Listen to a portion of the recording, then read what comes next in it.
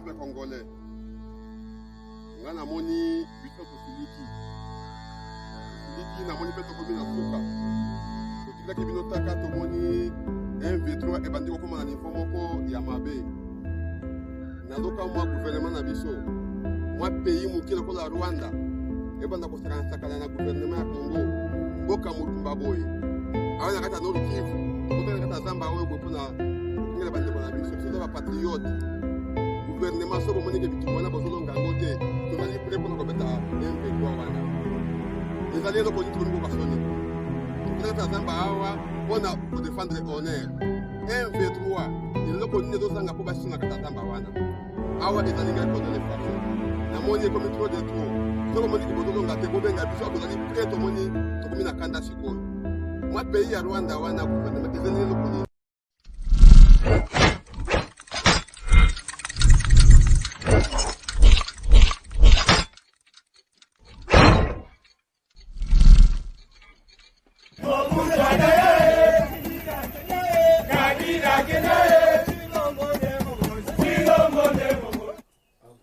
Sengo mingi ko retrouver mine sur na contact tindika télévision bon début de la semaine na mabota na bino partout bozali kolanda biso mukolo lelo to epona kosola maitali politique ya République démocratique du Congo ya mboto fungola vraiment ba grande ligne ya masoto kosola mukolo lelo un grand merci à nos boss Rifan qui sombe longona papi Kelly kasi mukolo lelo bande ko balandi to kolakisa bino interview ya ndeko Karega wazali ambassadeur ya Rwanda oyo babengana ki lolenge kani azali koloba na elikia ke bako yokana na République démocratique du Congo poete azonga pe lisusu to kolobela ba soda na biso ba vanya hero oyo bazali na front batindeli biso ba video pona koloba bakotika ta parti moko ya mukete na maboko ya banguna ete bazwa yango pe lisusu lenge kani bazali kobunda ko bombarder cas adverse nenga ko sakarate yango bomona ki na mikoleki video o esurkila ki ndeko wana wazali ko se prétendre soldat ya FARDC lolenka na zolo wana ma munition te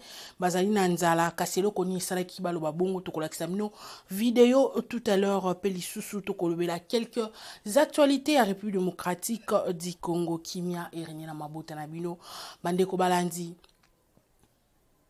to telemaki to lobaki mokonzi ayokaka population na ye ayokaki lolengi to lobaki sengela ambassadeur ya Rwanda alongwa a dégagé na sol congolais a kiendaki bel et bien po ba pesaki déjà lettre officielle o elingai koloba a de guerre pe alongwa kasi na interview oyo ba zuye azali koloba ete azali vraiment na elikia ke bakoluka solution po ba calmer situation azonga na mikoloko ya alobi ndenge nini pele kana ki ndenge nini bino moko bolanda c'est parti.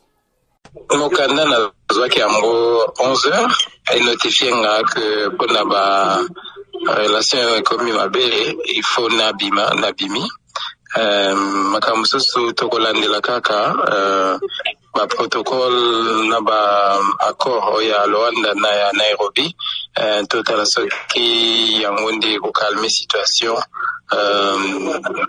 boboto pe kimia ezonga. Kasi mokano ya ekolo Congo démocratique elingi penza koloba nini toyebi ba pesio déjà mokanda koloba kolongwa pona yo nini koloba nini eza message ya mécontentement côté na bango mais stoppé te que processus ya Nairobi na ya Luanda et continuer pour likambo penza oezo diviser bato région na ba congolais na kati na bango ezo pe solution bongo mokando epesa melio elinko banini bazo pamela yo likambo moko to pe ezana likambo ngate eza likambo mboka mibale nga mutu na representant mboka Rwanda. Donc message à Rwanda et comme Elingae exact que Vincent Karega a sali boye te boye mais a représenté Mboka et je m'assume. Kasi siko yo zali wapi penza na ye Brazzaville kozwa pepo na biso Rwandais et kokende dans quelques instants. elingi oloba nini nsima mikolo okozonga na Kinshasa to mpe ekozala ndenge nini? Nakanisi te nakozonga me soki makambo ebongami mutu mosusu akozonga. L'essentiel il faut que bamboka ezala na relation. Kasi yo ozalaka na relation na ekolo Congo démocratique toyebi? Oui, nga na botama kuna na kola kuna nazalaka zairwa nazalaka congolais. Nazaka na relation na nga ya makila, nazala na relation na bato. Là bandeko balandi, un grand merci à l'ingénieur Mike Luzadio na ndenga utiko balancer biso vidéo tout à l'heure kasi tika to pousa mo makanisi mosika pona koloba to ko analyser ba propos ya monsieur Karega par rapport ndenga utiko loba tout à l'heure. Est-ce qu'il a raison ou bien il a tort? Ba ike mususu balobi kolongwana ye na sol congolais et kokirele ba congolais ba nui lisusu makasi. Kasi butakala tozali kobelela bato bazali ko agresser biso ezali Rwanda. Bato bazali ko agresser biso ezali Rwanda, mais bango bazali koyoka te. Ba wangana ki ekomi lisusu o ba violer accord ya Rwanda, o ba violer accord ya Nairobi. Nde yango Karega zo telemela pe lelo po bakozonga na accord ya Nairobi po ba luka situation ya calme. Mais tango mokonzi mboka bane ko kende partout pona koloba ete Rwanda ezali ko agresser biso sengele tika parti ya République démocratique na kimio bato bande ko yoka te. Lelo to découvrir bato yo to sali ko bunda na bango ezali Rwanda te. Ils ont le beau comme ça, mon nez, ils ont la Rwanda. Nous combattons contre la multinationale. Tu découvrir en haut, tu tangi, batine, so balier, tu koti, tu moni en haut. Même États-Unis, on a isolo balelo, cesser les faits, Rwanda, Sengile, cesser les faits, boyna boye. Tolingi na biso, binote, po. Jusque là, tout le monde a bien participer à quoi agresser biso. Tout le monde, ba milice à M23. Basali kobunda na ba pareil bien sophistiqué biloko Monisco biloko musuto mona en États-Unis na ba film ba bango bazana ngo bazwa ngo quelque part n'est-ce pas, en États-Unis officiellement pour to ebi po bo soma minduki et ka ba procédure oyo bat ba leka po ba soma même d'une manière officieuse. Et ça a toujours identifié. Mais tout le monde a M23, basé sur munitions, oyo, ils ont indiqué que basé en gros kune uteli kuna. De là basé sur Rwanda, c'est des faits, boyna boye, laisser d'agresser les Congolais, boyna tolingi na biso, binotepo, to tila ki bino elikia, mikolo eleki ebele. To momoni risi a komi ko tia biso maboko. Bino boye lisusu, bobima, bana malam. To landa ki déclaration ambassadeur, il y a Nations Unies nga lobaki. Bangonde basali biso mabe to pesi bango elikia to zelimi balobaki ba otina biso ba FBI to moniter balobaki ba kotina la biso sokini to moniter ba promesse na ba promesse bongo biso bato oyo tozali kozela to kolikia ba kosaela biso mikolo eleki ebele tozali kokufa to continuer ka kotia elikia. Kasi li solo ya ko signer partenariat na Russie ezali ko pesa pasi ba musu bazolobo mokonzi asali mabelo kwa boy ko signer o bati musu balobo to ko zwata ko lobela yango mikolo ko ya kasi monsieur Karega acha elikia teki ya kozonga lisu na sol congolais to boy même ambassade à Rwanda awa to boy même Rwanda to boy yango na sol congolais to lingi ndenge bango balingaki to beta na nzoto toki na ngoti na suka po parti ata moko te ya République démocratique du Congo to kotiki la bango bazwa po ba piller ba matière premier nzambe apesa biso kasi bande ko balani toujours continuer kaka ndi na zolo ba FARDC coup de chapeau bozali ko sala msala malamu bango pe baloba kotika te po to moni excusez-moi moi crapaud na gorge ko tungisa ndeko wana bimaki na itando asali pe vidéo tozolia te bazofuta biso te so l'état congolais a faillir boina ba lobi buzoba nyoso wana pour déstabiliser biso to mona FARDC a osale le côté gouvernement na biso osale le côté ezali bato ya ngambo kuna bazoluka bas de jouer biso ba bebisa moral na biso na yango ba 20 euros balobi non vidéo wana ndeko wana za biso te asali pe non identifié baluki na ba soldat nyonso parce que avo kota mapinga ba se identifiaka baluki elongi wana baluki kombo wana batuni mi continue so ba bataillon elongi wana eza ya biso te. Nous sommes ensemble tindika télévision tozali elongo na bino tolobaki tokotika lisusu te topesa banyamu barebele wana lisusu force na kodiffuser badéclaration nango batindeli biso yango tala ebele tolobi non so bolandaka tindika nayebi te na franc ngo bamega ngo bozwaka ngo wapi nde bozokabola bavideo bozosala en tout cas ezolekela biso nayebi ke baalimentaka basoldat na biso na bo baunité na mo bambega me ya bino kuna bozozwa yango wapi soki pe ya na ngambu kuna botindelaka ba oya bino po bati yango tozoloba infiltration ezali makasi ndenge ni bavideo wana ezotambola biso basoldat na biso bazala bandeko ezotambola pa bandeko atinde ndeko kinangani azaka politicien papa nani oyo natindelo video tindela mama journaliste kingani papa nani oyo tala nde tozali kobunda me ya bango ezolekela par wapi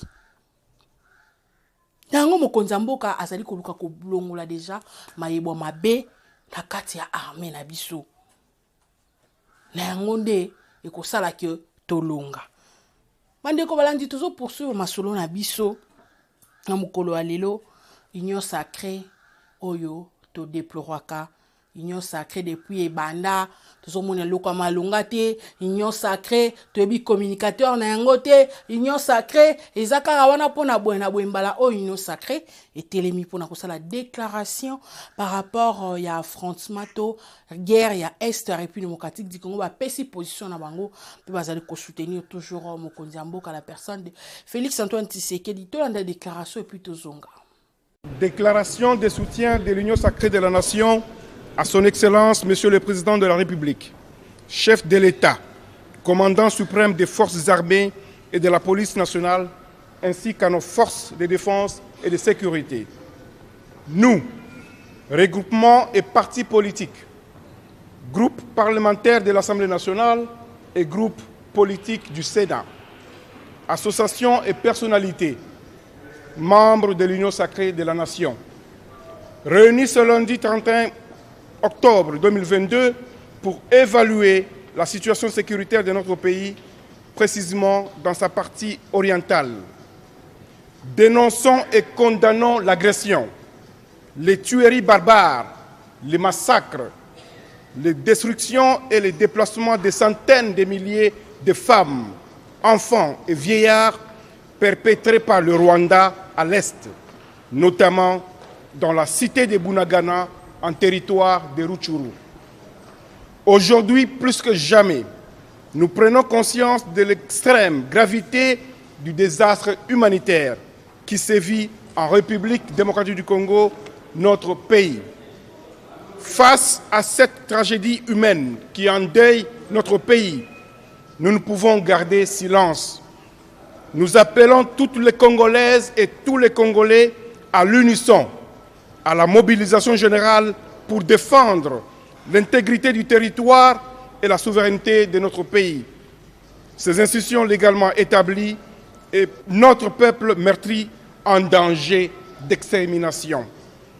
La persistance des atrocités que fait subir le Rwanda et ses complices à nos populations en violation flagrante des principes fondamentaux du droit international affirmé par la Charte de l'ONU et l'acte constitutif de l'Union africaine sous le regard indifférent de la communauté internationale est intolérable.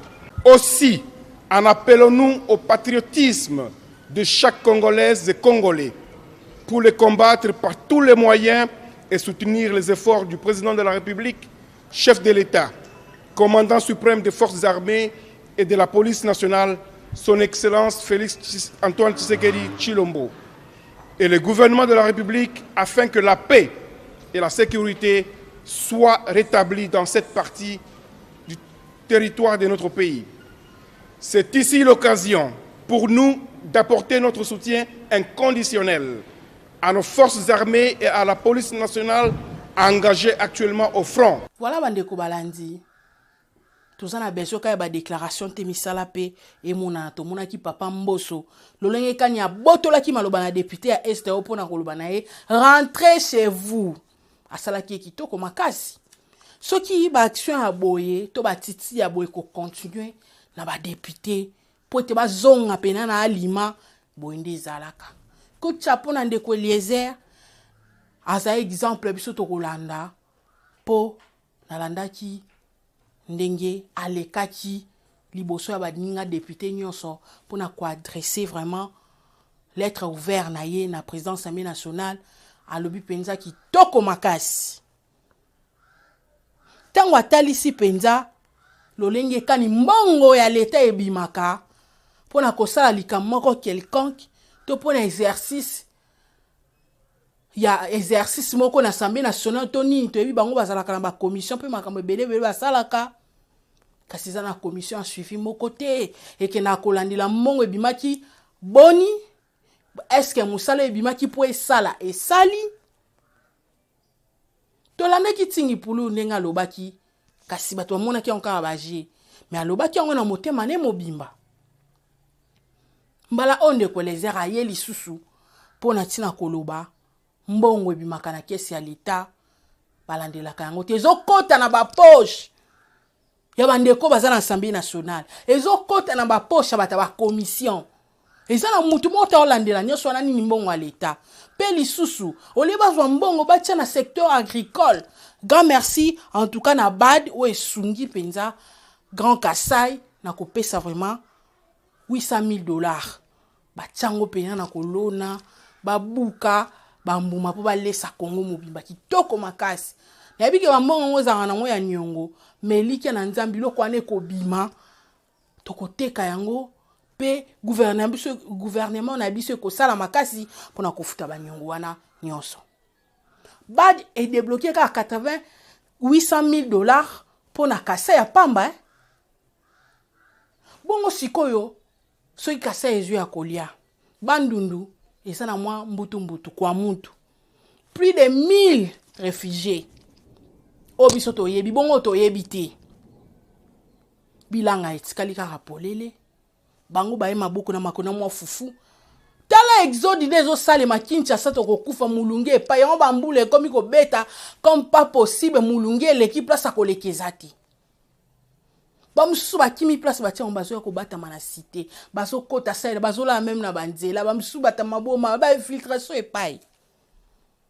Donc bon wana bada tiepo na Kasai esuka bongo te gouvernement pe atina na Équateur atina na Este atina na partout na Maniema atina na ba Congo po mboke za na esengo po soki basali bongo population akolela lisusu te une fois kaka zana ya kolia une fois zana ya komela une fois azana nzela ya kotambola ya koleka bokomona kaka nyonso ekozala na kimia une fois est eza na kimia guerre eza te tokoluka lisusu nini.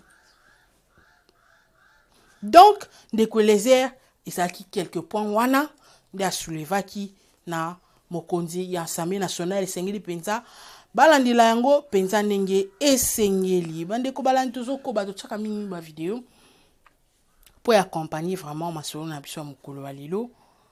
Tomonaki video eza ya kala kasi to sélectionnaki yango pona bino. Pasteur rwandais oyo azali na ngambo ya ba congolais. Bato ya nzambe bazalaka église au milieu du village mais oya biso to monaka awa bazalaka na ba parti na bango. Balingi ko accompagner pouvoir te, balingi ko sambela pona mboka te, bango balinga baza na ngambo opposition tozoyeba te nini za pasteur oyo alobaka makambo nyonso.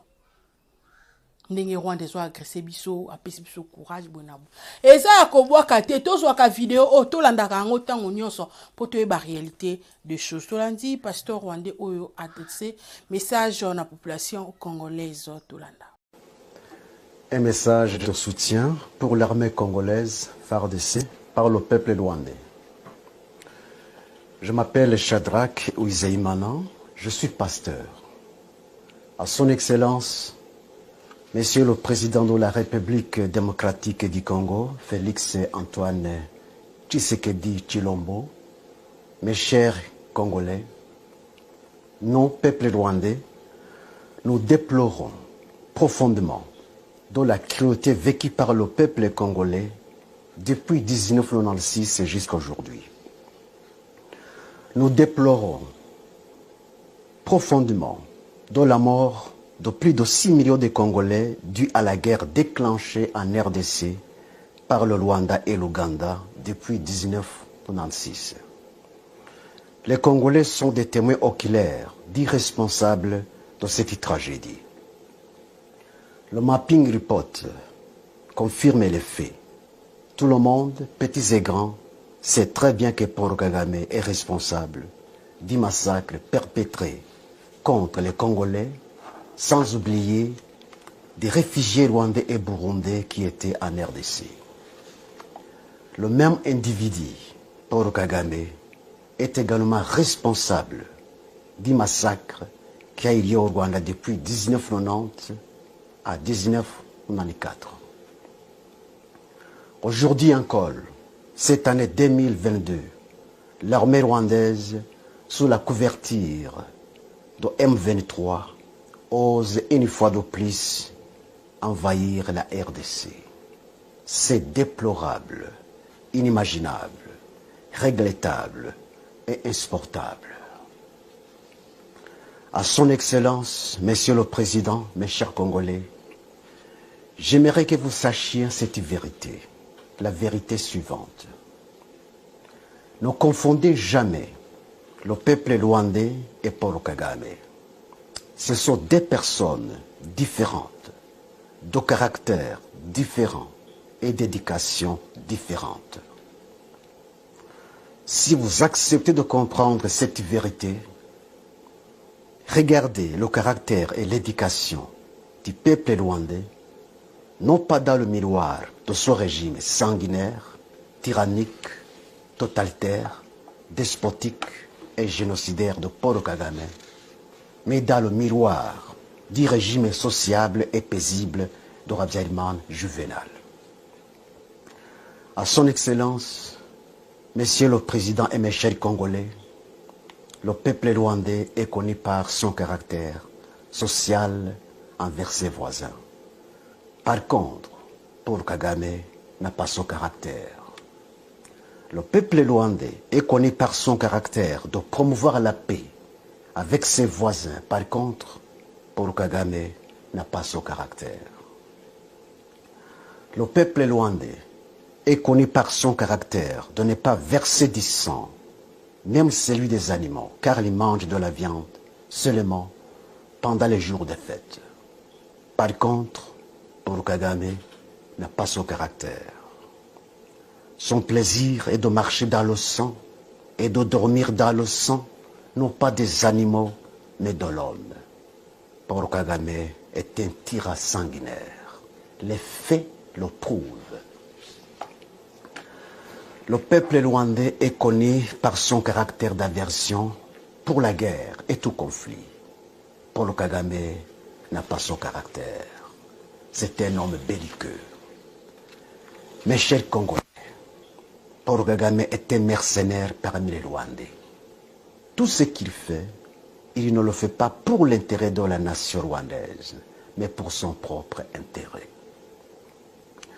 Les Rwandais qui sont aujourd'hui dans le pays ont été pris en otage. Ils sont dans une prison à ciel ouvert. Ils n'ont ni le droit de parler, ni le droit de penser, ni le droit de faire quoi que ce soit pour son bien-être d'aujourd'hui et de demain. Le peuple rwandais est un peuple malheureux, un peuple sans défense et sans protection, sauf Dieu seul. Ne commettez pas donc une erreur de confondre le peuple rwandais et Paul Kagame. Un homme de cœur durci qui donne au peuple rwandais une mauvaise étiquette parmi les Congolais, les Tanzaniens et toutes les nations de la terre. Ne commettez pas non plus une erreur de confondre les Tutsis et Paul Kagame. Paul Kagame est un mystérieux parmi les Rwandais. Ce qui dégage l'hypothèse selon laquelle Paul Kagame serait un démon sous la chair humaine, en considérant ses actes démoniaques, ils ont raison de le dire. Cette même hypothèse a été avancée par les Juifs sur Hitler. Si Paul Kagame est au pouvoir aujourd'hui à Kigali, il n'y est pas parce qu'il a été élu démocratiquement, mais par l'usurpation du pouvoir. Lorsque nous disons, nous, peuple rwandais, nous soutenons fortement l'armée congolaise FARDC dans cette lutte louable qu'elle est en train de mener contre l'armée rwandaise sous couverture de M23, vous devez saisir nos propos, non pas comme ironie, mais pour la vérité, rien que la vérité. Le peuple rwandais n'a pas donné à Kagame un mandat d'agresser la RDC sous la couverture de M23. Il a fait et il fait cet acte ignoble par ses propres mérites, non pas par les mérites des Rwandais. Nous, peuple rwandais, nous dénonçons et condamnons énergiquement l'invasion de l'armée rwandaise sous la couverture de M23, sous l'ordre de Paul Kagame, non pas sous l'autorisation de la nation rwandaise. Nous, peuple rwandais, nous demandons à Paul Kagame de démissionner, car ces actes de barbarie contre la RDC, depuis 1996 jusqu'à aujourd'hui, est une honte pour la nation rwandaise. Personne ne doute l'invasion de la RDC par l'armée rwandaise sous la couverture de M23. Personne, sauf les alliés de Paul Kagame pour leurs intérêts personnels. À son Excellence, Monsieur le Président et mes chers Congolais, trop c'est trop. Paul Kagame a dépassé les limites de ses actes de sabotage. Aujourd'hui, à son Excellence, Monsieur le Président et mes chers Congolais, vous devez donner une leçon irréversible à Paul Kagame et ce régime despotique pour ne plus envahir la RDC une fois de plus. L'armée congolaise mérite un soutien total de tous les Congolais, de tous les Rwandais et du monde entier en fait d'éradiquer les racines productives et du mal, non seulement pour les Congolais, mais aussi pour les pays des Grands Lacs.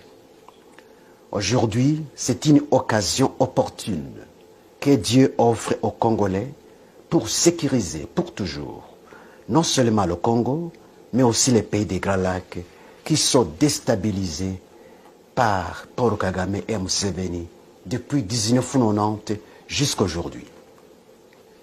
Paul Kagame, un homme qui s'est fait Dieu en Afrique. J'ai attendu ces fanatiques l'appeler l'homme fort de l'Afrique. Et c'est vrai? Pas du tout. Ce n'est pas l'homme fort de l'Afrique, mais l'homme du mal de l'Afrique. La parole de Dieu dit, je cite, « L'orgueil précède la chute ». Aujourd'hui, c'est la chute de Paul Kagame avec son régime despotique.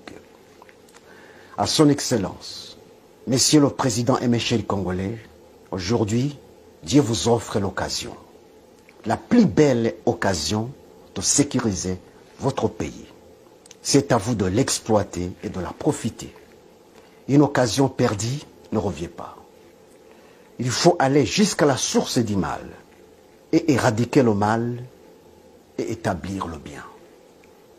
Levez-vous comme un seul homme et débarrassez-vous de l'armée rwandaise sous la couverture de M23 qui est sur le sol de la RDC. La souveraineté d'un pays est inviolable.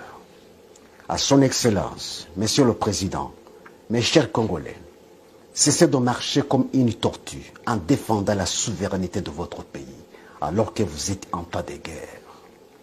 Par contre, courez plus qu'un cheval, volez plus qu'un faucon pèlerin, car le Congo a été agressé et envahi par l'ennemi terroriste qui a rejeté des résolutions pacifiques pour un conflit non fondé.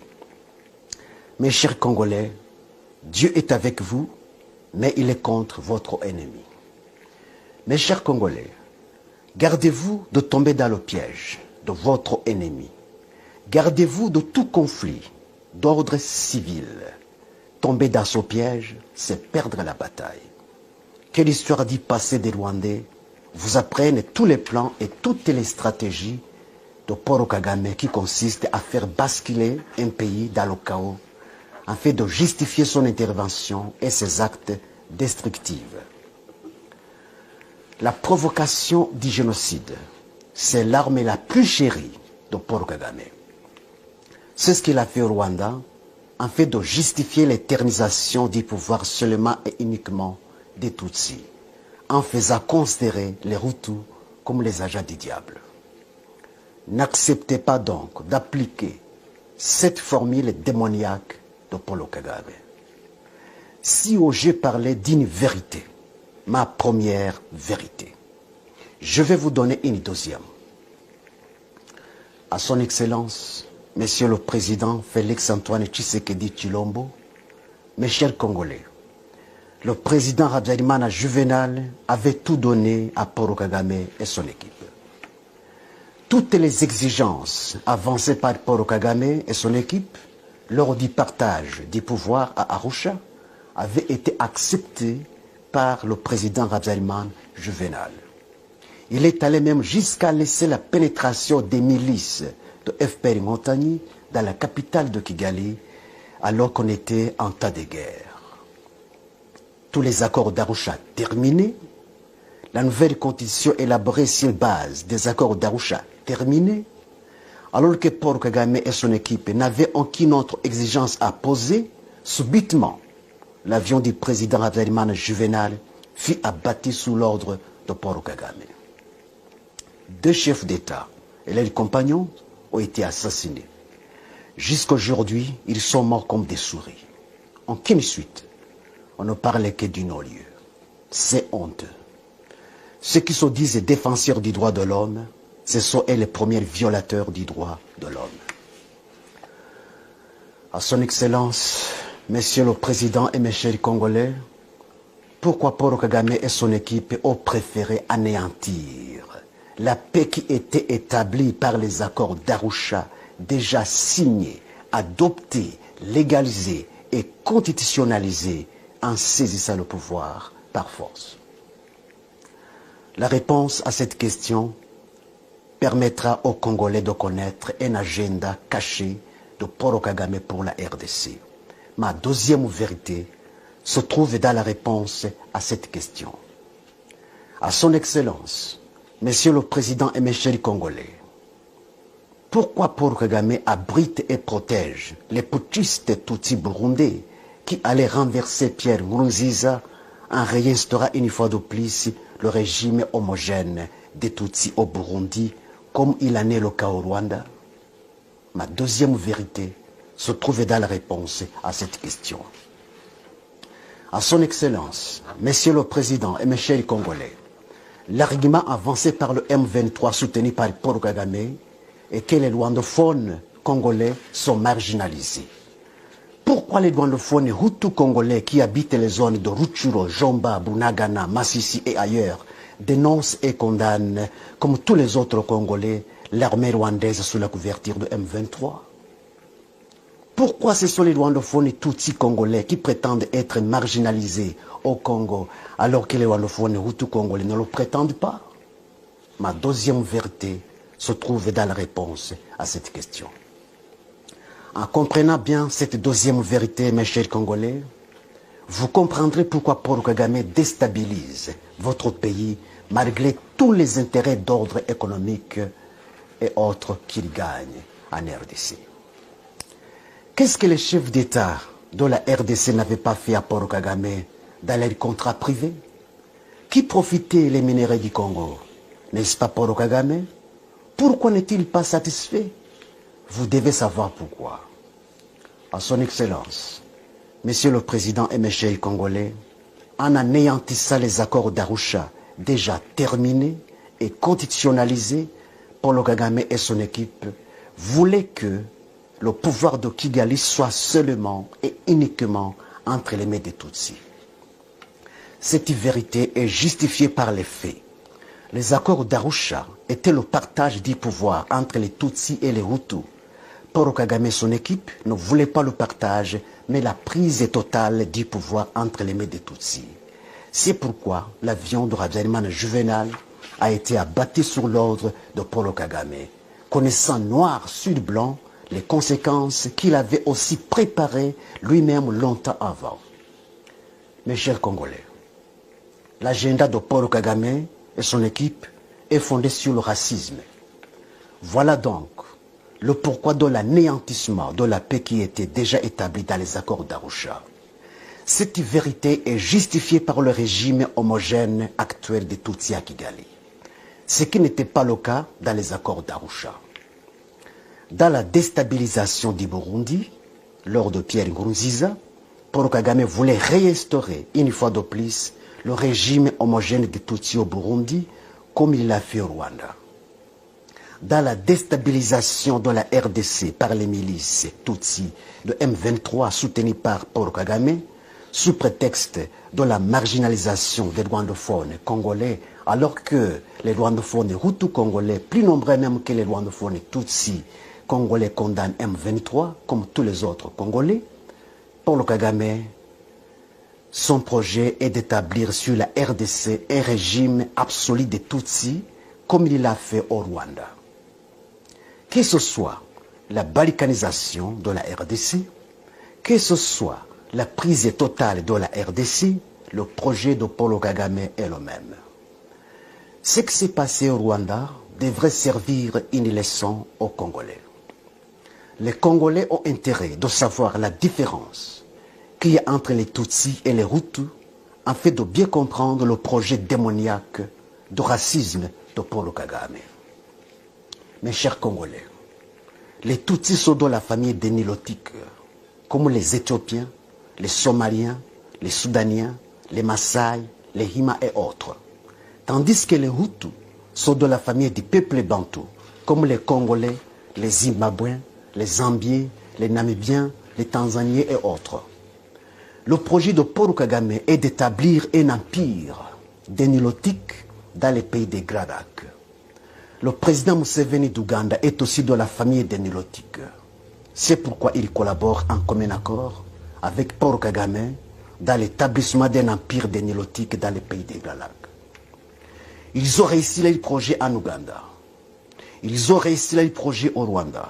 Maintenant, ils luttent franchement pour l'exécuter en RDC, au Burundi, en Tanzanie, pourquoi pas au-delà. À son Excellence, Monsieur le Président, mes chers Congolais, prenez tous les mécanismes possibles pour empêcher toute menace ou génocide qui peuvent être perpétrés contre les Rwandophones et Tutsis qui sont au Congo, car c'est ça le plan de Paul Kagame. S'il base d'une terre barbarie, il est prêt de justifier son envahissement officiel dans votre pays. Tous les Congolais doivent être vigilants pour ne pas tomber dans ce piège. Je sais, par sa ruse, Paul Kagame peut utiliser ses instruments pour préparer un génocide sur le sol de la RDC et l'exécuter comme il l'a fait au Rwanda. Ainsi donc, toute personne qui sera animée d'un esprit de menacer ou commettre un meurtre contre les Rwandophones et Tutsis, vous devez l'arrêter et la traduire en justice. Ne tombez pas dans le piège, je vous en prie. Nous, peuple rwandais, qui luttons pour la paix des pays des Grands Lacs, nous soutenons l'armée congolaise, FARDC. Nous soutenons tous les Congolais qui luttent pour la paix de leur pays. Armée congolaise, FARDC. Et la bravoure et la détermination. Dieu est avec vous et pour vous, mais il est contre votre ennemi. La victoire des Congolais proviendra des autorités qui ne s'achètent pas et ne se vendent pas, même si cela leur coûterait la vie à l'instar de Désiré Kabila. La victoire des Congolais proviendra de l'écartement des infiltrés et complices qui travaillent non pas pour les Congolais, mais pour l'ennemi. Vive l'armée congolaise, FARDC, vive les Congolais, vive les Rwandais. À Dieu seul la puissance, la gloire et la réponse des Congolais et des Rwandais, aujourd'hui et à jamais. Amen. Cette voix est la voix du peuple rwandais. Je donne autorisation à tout le monde, spécialement aux Congolais de télécharger son vidéo et de l'utiliser sur leur chaîne. Je vous remercie.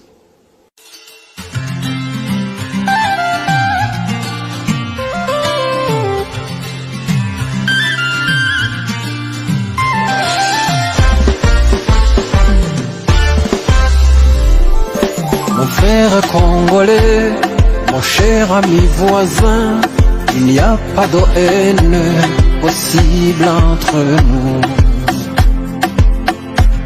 Pensons profondément à ce qui nous unit avant d'être emportés par ce qui nous divise. Au-delà de nos différences, nous sommes des frères de sang. Au-delà de nos différences, nous sommes des êtres humains. Venez tous les Rwandais, venez tous les Congolais, pays de l'Afrique, pays de l'Amérique, l'Europe et l'Asie. Venez tous nous joindre, mettons-nous ensemble pour chanter la paix. Mettons-nous ensemble pour chanter la paix.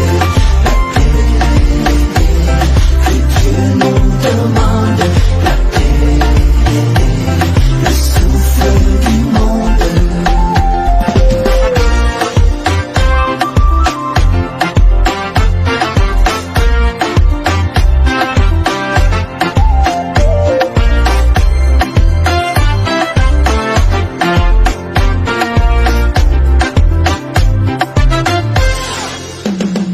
Mes frères congolais, maintenant je vais parler comme un frère en Dieu engendré dans le Christ. Avant de s'affronter, on peut se rencontrer et parler de la foi qui apprend à aimer. Au-delà de nos différences, nous sommes des frères de foi. Au-delà de nos différences, nous sommes des êtres humains. Voilà bandeko balandi, un grand merci.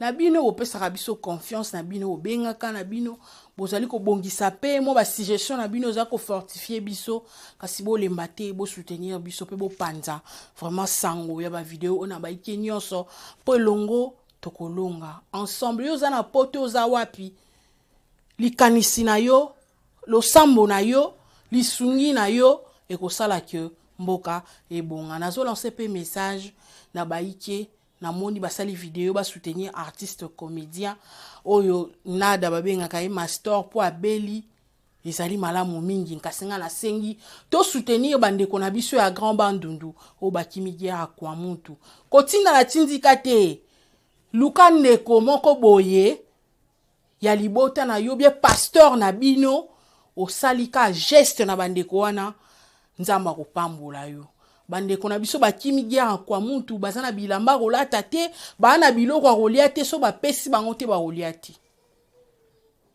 lingana na munoko pe pasi ba o bayebi koloba nde bazali ko interpréter bazali ko senga lisalisi combien d'appels babengi biso to salisa na o muke to sana ngo to salisi kasi tokoki te po ekoma te kopa tindike zui kop boye na boye soko za na muta confiance ya bien tindata 100 francs na yo na bande kwa muntu nzambe akozanga te kopamona mona ki initiative ya national Celestine Matanga longo na organisation na mobimba kele kotika mo ba quelque chose na bande kwana ebike esali mwa bien esuka bongo te yo za libanda mboko linga mboka na yo olingaka Congo po tangu nyonso bolelaka o bat ba okufa na este o boye na boye nzala boye na boto obunda biso nyonso me sunga bandeko na beti mo c'était mingi po epesaki pasi vraiment bandeko balandi Blaise Lumu bazali combattant apesi makanisi na ye par rapport ya dossier bati elukwebo nini ezali koleka pe éclaircissement nini amemi biso to cha vidéo oyo tolanda. Bonjour peuple congolais, appelez sur nous gardien du temple de la démocratie, sentinelle de la République démocratique du Congo. Naïelo Mbango pour recadrer Bahati Lukwebo. Bahati Lukwebo, babengi openda Maradona ya solo. Nabandaka koloba likambo na lobaka yango. Natiaka peuple témoin. Bahati Lukwebo za sincère que devant président de la République. Pourquoi na lobi bongo? Bahati Lukwebo, ozosala makambu oyo. Eza na vision mokonzi mboka te. Bahati Lukwebo na ba ministère oyo welelaka ya makasi. Eza ministère ya travail, eza ministère ya économie. Mais lelo tal échec. Bato de la sociale, bato de l'économie ya mboka na biso, bato ba investir nango. Peuple congolais se retrouver de l'autre côté. Ndenge moko na Moïse Katumbi. Ndenge moko na Bahati Lukwebo oyo biso bato ya UDPS. Tobanda kotiela motema, mais tolobi koza sincère te. Pourquoi na lobi bongo? Ministère ya travail, ozwa pona kotortire ba compagnie ya l'État. Ya kosenga bango ba $200,000 pocha na poche ça la propagande na yo. Toza banki te. Bahati Lukwebo zala sincère devant mokonzi mboka. Travailler na vision mokonzi mboka. Ceux qui ont travaillé na vision mokonzi mboka te. On peut se retrouver le corps à Moïse Katumbi. Ndenge tobengani na union sacrée. 2023, ça la propagande na poche na yo, na mbongo na yo. Kosa de propagande na mbongo ba compagnie te. Lelo ceux qui l'ont ba UDPS échec pour yo wele l'économie et lo sale lo côté. Na yebi ba pourcentage tout yo zwaka. Na yebi ndeko tortiraka ba chef à compagnie à l'état ba DG. On tortire bango na kolongola bino boye toyebi mais tozabisa muku atombolo abenda o matoyi c'est le moment tozokipe mamba este tozateke tozokipe na maamuna yo yango toyebi tozala sincère devant mokonzi mboka. Merci. Voilà bandeko balandi tozokoba na masolo na biso yo nanu sabona te s'abonner la chaîne na biso kosala biso au vrai bien bande ko balandi tozo kita vraiment pour na koshite na suka ya masolo na biso ya mokolo alelo kasi tokoko kabwana boete likolo tozali komona mbula ya munene e indi lisusu tokosuka wapi todindaki ville Kinshasa e dindaki mikolo eleki. Mais quels sont les dispositifs oyo gouverneur ya ville la province ya Kinshasa atie? Éviter. Ba tirer les fiscs ba terrasser to monité. Ba sinistre ba o ba dindaki. Ba ki kotala bango te basaka libanda. Na biloko na bango. Nyoso wana ma eza na nzela koleka te. Ba bourgmestre ba commune. On dit écoute tali bango te. Ba ki kotala tate ba habitant commune nga baza ndenge nini. Likolo indi makasi boy. To provoquer ta moi salon spécial. Ba asbel bozawa bozela kaka samedi moko boye bo komboli kaka awana awale bo meli masanga o to sala ki salon. Kitoko te. Bana mboka basali ndenge bango bakoki mais balobi to koki te po ata to kire tozo koma na point moko boye bato bazana ba mbongo batonga. Je koko mulumba zana ko buka oui azana ko buka. Tamba ko secteur mususu na comité. Mais il suffit qu'un bourgmestre koma ba ko dénicher problème place ezali ce qui ezali mutatongi na nzela. Ba buki ka place to bité ba buka ndako ne mobimbo to boli place na maeleka mais le côté mbala on a ebité to kodina ndenge nini. Voilà bandeko balandi to komi vraiment na suka kasi to kosisa boité ba chef coutumier bandeko bandimi ko combattre na ngambo ya FARDC basengi na gouvernement pesa bango pe passe babunda balongela ekolo tolanda video pour tozonga pona kosukisa na masolo na biso. Bonjour, bonjour, peuple congolais. Nga namoni biso tosiliki. Tosiliki namoni pe tokomi na suka. Totikaki bino taka tomoni MV3 e bandi kokoma na niveau moko ya mabe. Nazoka mwa gouvernement na biso. Mwa pays muke lokola Rwanda. E banda kosakana na gouvernement ya Congo. Mboka mobimba boye. Awana kata Nord Kivu. Tokotana kata Zamba oyo boye pona okingela bandeko na biso. Biso ba patriote. Gouvernement sobo monike bitumwana bozolonga ngote tozali prêt pour na kobeta MV3 wana ezali eloko nini tokomi kokasoni boye tofandaka zamba awa mpona kodefendre honneur M23 eloko nini ezozanga mpo basina kati ya zamba wana awa ezali ngai Corneille Efface namoni ekomi trop de trop so bomoniki bozolonga te bobenga biso awa tozali prêt tomoni tokomi na kanda sikoyo mwa pays ya Rwanda wana gouvernement ezali eloko nini mon président pays ya Rwanda wana ezali eloko nini mwa pays moko muke boye tokomi koma na baniveau nini biso tosengi yango soki bomoni ke wi eza na politique eza na nini a condition tosangana na bosangisa biso na force mosusu te tosengi gouvernement ya Congo bosangisanga na force moko te nazali prêt awa mpona kobeta M23 wana nazali prêt so bomoni ke wi ezosimba te ngai Corneille Efface nasengi opération wana Kagame wana akosakana na biso te grand pays monene lokola Congo boye nasengi nazali prêt awa nazali prêt na ozela appel na bino population bosoutenir ngai awa tozali prêt bokoko ezali na kati ya nzoto bokoko ezosala tozali bakutimie soki bomoni ke bitumba wana ezosimba te nazali prêt ngai Corneille Efface nasengi opération wana bobenga ngai bolakisa ngai ngomba esika état major ya M23 wana ezali napesi bino 10 minutes nakobeta ngomba wana 10 minutes ekosila tina kobeta ngomba wana Rwanda wana mwa pays muke wana nasengi président okanga telefone na yo vraiment telefone okanga yango bopesa nga opération wana bokanga telefone na bino botala soki 2 semaines ekosila sake nakoma na kata capitale ya Rwanda ekosakana na biso te bakomi n'importe quoi po bokomi kojouer basoda fois de ezana courage ya boulot bakonzi nde bozobebisa opération nga nasengi bino ngai Corneille Efface nasengi opération wana nazali prêt une semaine ekosila te nasinda komi na kati ya Rwanda une semaine ekosila te bobenga nga so bomoni ke bozali prêt bobenga nga nazali prêt nasengi bino eloko moko te ke bopesa ngai effectif bopesa ngai bato nazali prêt naza effectif na ngai